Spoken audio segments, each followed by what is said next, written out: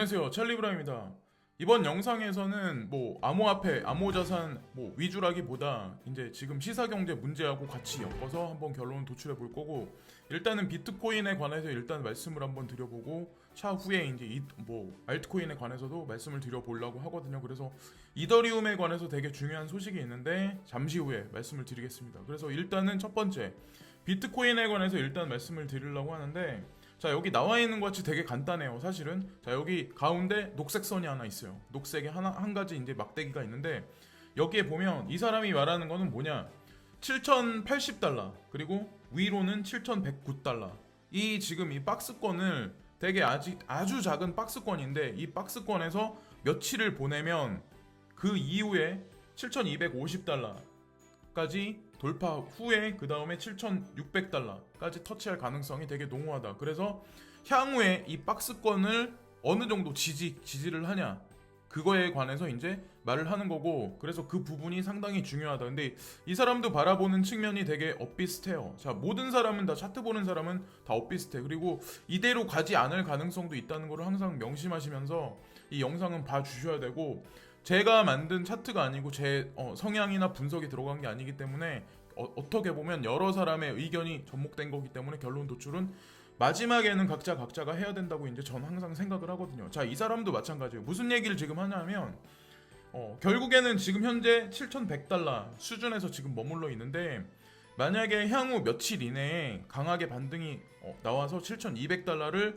만약에 돌파를 하면 7,400달러까지 돌파할 가능성이 농후한데, 만약에 7,200달러를 돌파하지 못하는 약세 흐름이 향후 며칠 안에 나올 가능성이 만약에 나온다면 결국에 6,850달러까지 열려 있다. 그래서 이 사람 같은 경우는 6,850달러와 7,400달러의 박스권 장세로 지금 약간 프레임을 약간 굵게 보고 있거든요, 이 박스권을. 그래서 이것도 참고적인 관점으로 보시고, 어떻게 될지 모르니까 우리가 대응할 수 있는 거는 분할로서, 분할 매집, 분할 매도로서 대응할 수밖에 없다. 그리고 장투하시는 분들 같은 경우는 그냥 지금 이런 장세 그렇게 많이 신경 쓸 필요가 있을 필요는 없다고 저는 생각하거든요. 만약에 6,850달러를 만약에 깬다면 그때는 진짜 많이 까질 확률이 높거든요. 그래서 그 부분만 주의해서 보시면 되고, 자, 이거는 비트코인 이제 하빙, 그러니까 반감기에 관해서 이제 말씀드리려고 하는데, 지금서부터 정확히 150일, 235시간 92분 남았어요. 그래서 이게 반감기가 5월 14일 날 진행이 될 거다. 그러니까 지금보다 블록 보상이 반으로 이제 줄어드는 거죠, 사실상. 그래서 희소성은 증가할 거다. 모두가 이제 예측하고 있는, 사실은 그게 정답일지 않을 수도 있는데, 어쨌건 팩트니까, 개수가 이제 적게 나오니까. 자, 그리고 또 하나, 이제 지난주 금요일 날, 우리나라 시간으로 지난주 금요일 날 저녁까지는 미중 무역 갈등 합의가 1차적으로 일단 도달을 해서 2차까지 앞두고 있는 상황이기 때문에 앞으로 향후 주식시장에 관해서 되게 좋게 나올 거다. 각종 매스미디어에서는 엄청나게 좋은 어떤 그런 멘트에 관해서 계속해서 이제 언급을 했는데, 자, 이건 CNN의 비즈니스 코너에서 나온 건데, 갑자기 또 얘네도 이런 뉴스가 나왔어요. 이 무슨 얘기냐? 지금 주식시장에 블랙스완의 경고등이 지금 켜지기 시작했다, 이런 얘기를 지금 하거든요. 자, 그래서 1단계 중국 무역거래, 울려 퍼지는 선거 승리, 브렉시트의 모호성을 제거하고 영국 총리 보리스 존슨 최근 시장에 걸려있는 일부 정치적 안개가 거쳤습니다. 투자자들은 더 위험한 자산에 부어서 응답을 했습니다. 행복감 속에서 미국과 유럽의 주식은 새로운 기록에 도달하고 있습니다. 자, 전세계 주식시장이 엄청나게 훈풍이 돌았었어요.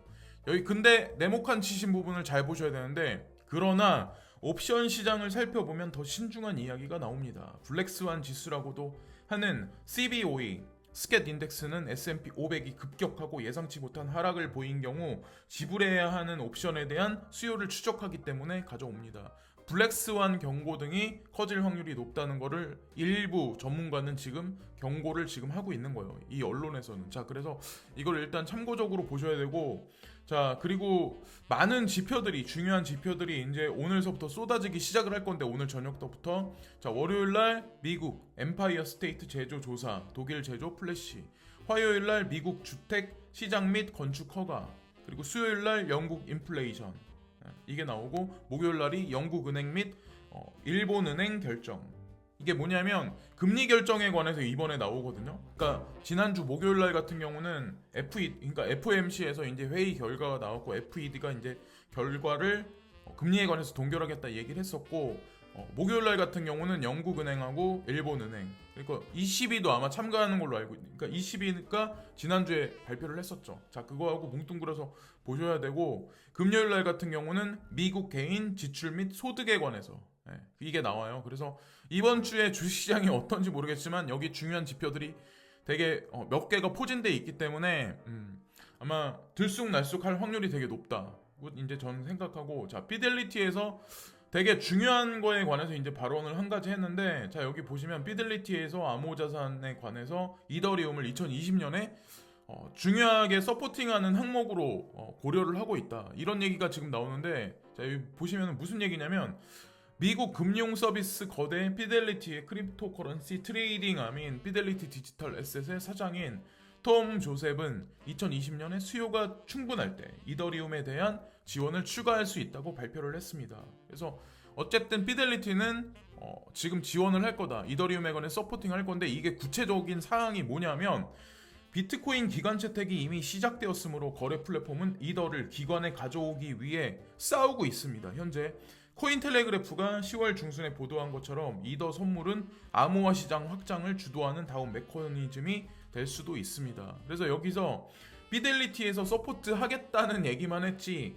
뭐 그렇다고 이더리움 선물을 출시하겠다는 얘기 한 건 아니거든요, 일단은. 그래서 향후에 디테일한 뉴스가 분명히 나오긴 하겠지만, 어쨌건 피델리티가 이더리움에 관해서 주도적으로 이제 움직이면서 커스터디 서비스는 아니면 선물 시장에 관해서 접근하는 어떤 그런 냄새가 나지 않나, 이 기사 하나를 보면 알 수 있고, 제가 이제 코인텔레그래프 기사를 되게 많이 참고를 한다고 말씀드렸는데, 오래되기도 오래됐고, 아마 제가 알기로는 여타 코인데스크나 아니면 여타 한국에 있는 매스미디어사들보다 아마 얘네가 기사를 취재하는 데 있어서 더 글로벌하게 조금 더 빨리빨리 긴밀하게 움직이는 거는 얘네가 아마 최고가 아닐까라고 이제 제가 생각하는 어떤 그런 매스미디어 사거든요. 그래서 저도 이제 참고를 많이 해요. 탑5 크립토에 관해서 이제 이번 주에 뭐 발표가 됐다, 여기 나와 있는데 제가 자세한 사항은 읽어보지 않았어요. 어쨌든 아톰코인, 아마 여러분들이 다들 아시겠지만 뭐 비트코인이 있고 알트코인이 있고, 그리고 알트코인 간에 상호 간의 장점과 단점이 있고, 그 여러 가지 연결고리 브릿징 역할을 해주는 가장 중심적인 역할, 가장 중요한 코인이 사실은 아톰코인이다. 그래서 이 텐더민트 프로젝트를 잘 유심히 앞으로도 지켜보셔야 되고, 지금 가격이 지속적으로 상승을 했기 때문에 긴가민가 하시는 분도 있겠지만, 만약에 시장에 갑자기 급락이 나와서 알트코인 전반적으로 하락세가 있을 때 아톰코인은 야금야금 꾸준히 모으셔야 하는 필수 에센셜 코인 중에 하나라는 거를 강조해서 말씀드리고, 테조스도 지속적으로 계속 상승이 있었어요. 그래서 이것도 마찬가지로 막 오를 때 사지 마시고 눈여겨봐두세요. 여기 나와 있는 코인들, 링크 코인도 마찬가지, 그리고 비트코인 캐시, 그리고 네오코인, 여기 일단은 여기 5개 나와 있는데 더 있지만 제가 일단은 여기 뉴스에 나왔기 때문에 이것만 딱 말씀드릴게요. 일단 그래서 추격 매수는 자제를 하시고, 어느 정도 가치를 인정받았고 대기업하고 이미 연결고리가 있고 어쨌든 괜찮은 코인이라는 걸 제가 이제 강조해서 한 번 더 이제 말씀드릴게요. 시세가 저조한 코인이 있으면 그거를 눈여겨 봐두셨다가 향후에 한두 달, 뭐 6개월 내지 그래서 점진적으로 야금야금 매수하는 방법을 저는 이제 추천드립니다.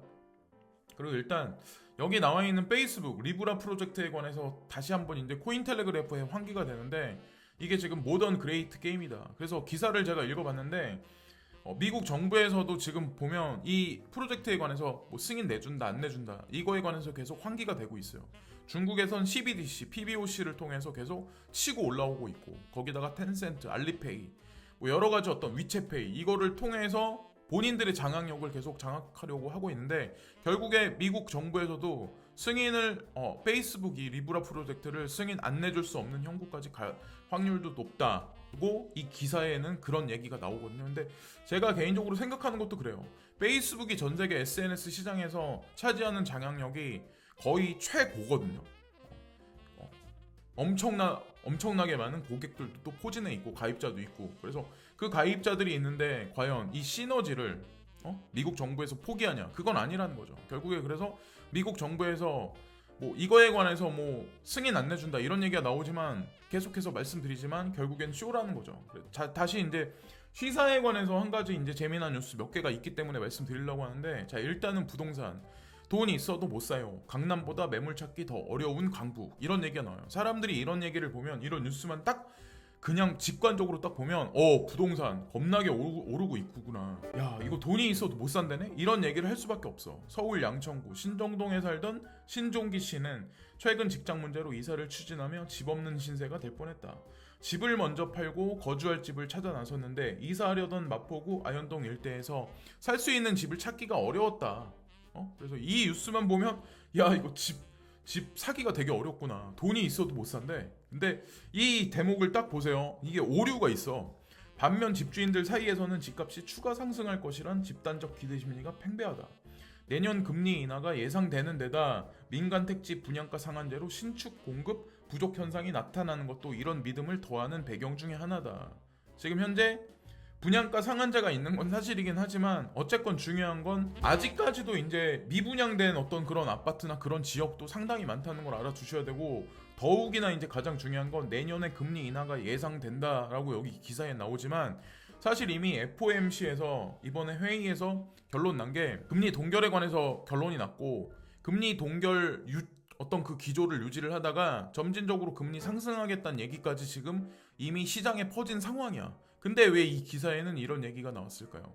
물론 향후 중요한 게 집값이 상승할 수 있는 가능성도 있긴 있어요. 중요한 건.